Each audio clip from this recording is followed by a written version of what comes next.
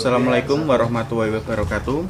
Saya dari kelompok 1 dengan tema Consumer Behavior in Islam atau perilaku konsumen dalam Islam yang beranggotakan 4 anggota. Yang pertama saya sendiri Muhammad Nasrullah, yang kedua Bayu Permadi, yang ketiga Rizky Mugiono, yang keempat Heru Ahmad. Yang pertama, pengertian konsumsi. Konsumsi merupakan kegiatan menggunakan barang dan jasa untuk memenuhi kebutuhan hidup. Konsumsi adalah semua penggunaan barang dan jasa yang dilakukan manusia untuk memenuhi kebutuhan hidupnya. Barang dan jasa yang digunakan dalam proses produksi tidak termasuk konsumsi, karena barang dan jasa itu tidak digunakan untuk memenuhi kebutuhan hidup manusia. Barang dan jasa dalam proses produksi ini digunakan untuk memproduksi barang lain. Yang kedua, konsumsi secara umum diartikan sebagai penggunaan barang dan jasa yang secara langsung akan memenuhi kebutuhan manusia. Untuk dapat mengonsumsi, seseorang harus mempunyai pendapatan. Besar kecilnya pendapatan seseorang sangat menentukan tingkat konsumsinya. Yang kedua, konsumsi konsumen Islam. Sebelum kita bahas lebih lanjut tentang konsumsi konsumen Muslim, maka perlu disusun suatu asumsi dasar yang mendasari. Yang pertama, sistem perekonomian yang ada telah mengaplikasikan aturan syariat Islam dan sebagian besar masyarakatnya meyakini dan menjadikan masyarakat Islam sebagai integral dalam setiap aktivitas kehidupannya. Yang kedua, institusi zakat telah menjadi bagian dalam suatu sistem perekonomian dan hukum wajib untuk dilaksanakan bagi setiap individu yang mampu. Yang ketiga, pelarangan riba dalam setiap aktivitas ekonomi. Yang keempat, prinsip mudaharabah dan kerjasama diaplikasikan dalam perekonomian. Yang kelima, tersedianya instrumen monster Islam dalam perekonomian. Yang keenam, konsumen memiliki perilaku untuk memaksimalkan kepuasannya. Mungkin presentasi selanjutnya akan dilanjutkan oleh teman saya. Saya persilakan. Nama saya Bayu Permadi. Saya akan melanjutkan presentasi dari teman saya Muhammad Nasrullah. Selanjutnya, perilaku konsumen dalam ekonomi Islam. Perilaku konsumen Islam didasarkan atas rasionalitas yang disempurnakan dan mengintegrasikan keyakinan dan kebenaran, yaitu melampaui rasionalitas manusia yang sangat terbatas berdasarkan Al-Quran dan Sunnah. Islam memberikan konsep pemenuhan kebutuhan disertai kekuatan moral, ketidakan tekanan batin, dan adanya keharmonisan hubungan antar sesama. Ekonomi Islam bukan hanya berbicara tentang pemuasan materi yang bersifat fisik, tapi juga berbicara cukup luas 39 tentang pemuasan materinya bersifat abstrak, pemuasan yang lebih berkaitan dengan posisi manusia sebagai hamba Allah Subhanahu wa Ta'ala. Selanjutnya, prinsip dasar perilaku konsumen Islam. Ekonomi Islam bukan hanya bicara tentang pemuasan materi yang bersifat fisik, tapi juga berbicara cukup luas tentang pemuasan materi yang bersifat abstrak, pemuasan yang lebih berkaitan dengan posisi manusia sebagai hamba Allah Subhanahu wa Ta'ala. Prinsip dasar perilaku konsumen Islam diantaranya: 1. Prinsip syariah, yaitu menyangkut dasar syariat yang harus dipenuhi dalam melakukan konsumsi. 2. Prinsip akidah, yaitu hakikat konsumsi adalah sebagai sarana untuk ketataan untuk beribadah sebagai perwujudan keyakinan manusia sebagai makhluk dan khalifah yang nantinya dimintai pertanggungjawaban oleh Sang Pencipta. Ketiga, prinsip ilmu, yaitu seseorang ketika akan mengkonsumsi harus mengetahui ilmu tentang barang yang akan dikonsumsi dan hukum-hukumnya yang berkaitan dengan apakah merupakan sesuatu yang halal atau haram, baik ditinjau dari zat, proses maupun tujuannya. Prinsip yang keempat, prinsip kuantitas, yaitu sesuai dengan batasan-batasan kuantitas yang telah dijelaskan dalam syariat Islam. Yang kelima, prinsip prioritas, yaitu memperhatikan urutan kepentingan yang harus diprioritaskan agar tidak terjadi kemudaratan. Yang keenam, prinsip sosial, yaitu memperhatikan lingkungan sosial dan sekitarnya sehingga tercipta keharmonisan hidup dalam bermasyarakat. Yang ketujuh, kaidah lingkungan, yaitu dalam mengkonsumsi harus sesuai dengan kondisi potensi daya dukung sumber daya alam dan berkelanjutannya, atau tidak merusak lingkungan.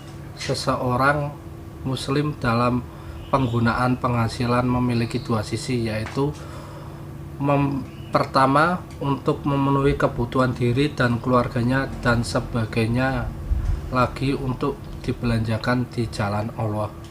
Selanjutnya akan dibacakan teman saya. Baik, Assalamualaikum warahmatullahi wabarakatuh.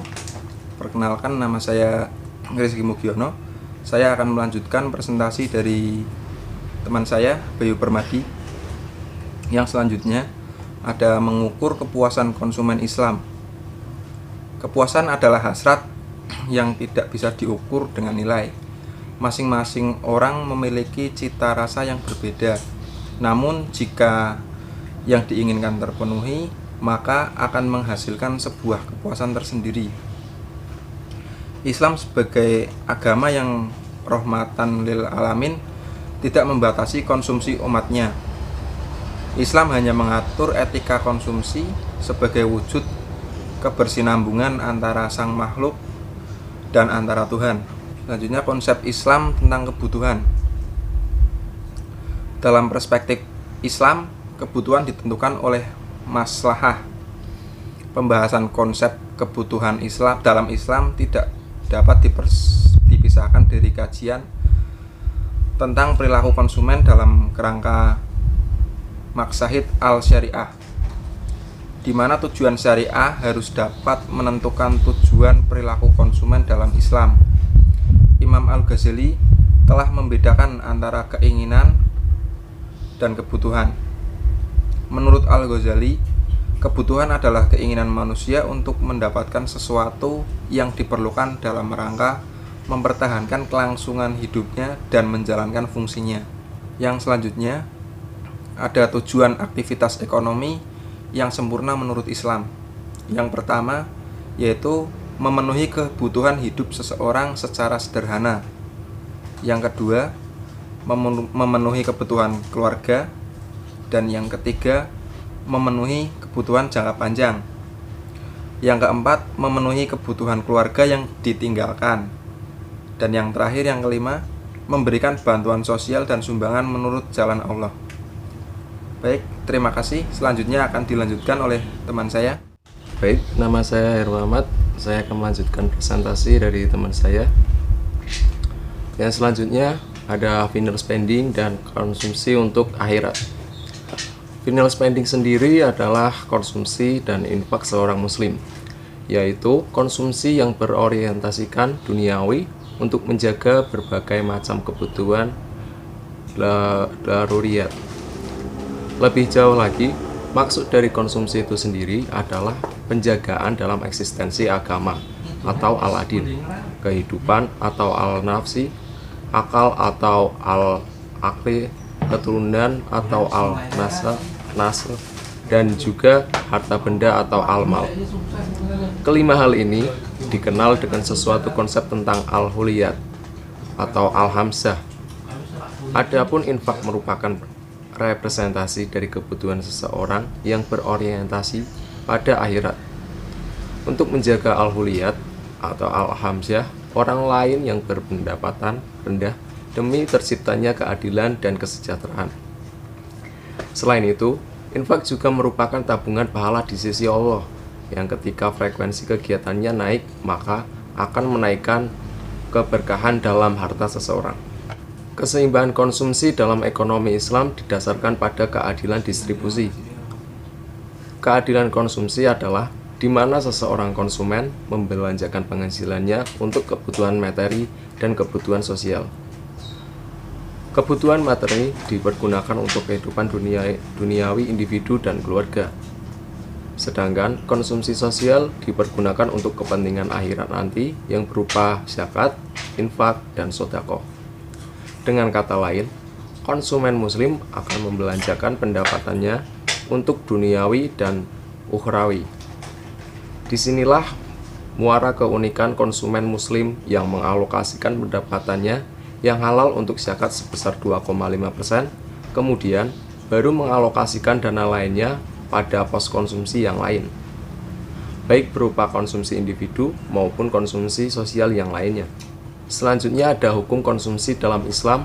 Dalam melakukan konsumsi, maka perilaku konsumen terutama muslim selalu dan harus didasarkan pada syariah Islam. Dasar perilaku konsumsi itu meliputi antara lain, yang pertama ada Al-Quran, surah Al-Maidah ayat 87 sampai 88, yang artinya, "Hai orang-orang yang beriman, janganlah kamu mengharamkan apa-apa yang baik yang telah Allah halalkan bagi kamu, dan janganlah melampaui batas, dan makanlah yang halal lagi baik daripada Allah yang telah rezekikan kepadamu, dan bertakwa kepada Allah yang kamu beriman kepadanya." Yang kedua, Al-Quran surah Al-Isra ayat 27-28, yang artinya, "Sesungguhnya pemboros-pemboros itu adalah saudara-saudara syaitan, dan syaitan itu adalah sangat ingkar kepada Tuhannya. Dan jika kamu berpaling dari mereka untuk memperoleh rahmat dari Tuhanmu yang kamu harapkan, maka katakanlah pada mereka ucapan yang pantas." Yang ketiga, hadis yang menyatakan, "Makanlah sebelum lapar dan berhentilah sebelum kenyang." Hadis ini menerangkan bahwa Islam mengajarkan pada manusia untuk menggunakan barang dan jasa yang dibutuhkan secukupnya atau hemat, tidak rakus atau serakah, sebab keserakahanlah yang menghancurkan bumi ini. Baik, terima kasih. Mungkin itu presentasi dari kelompok 1. Kurang dan lebihnya saya mohon maaf. Wassalamualaikum warahmatullahi wabarakatuh.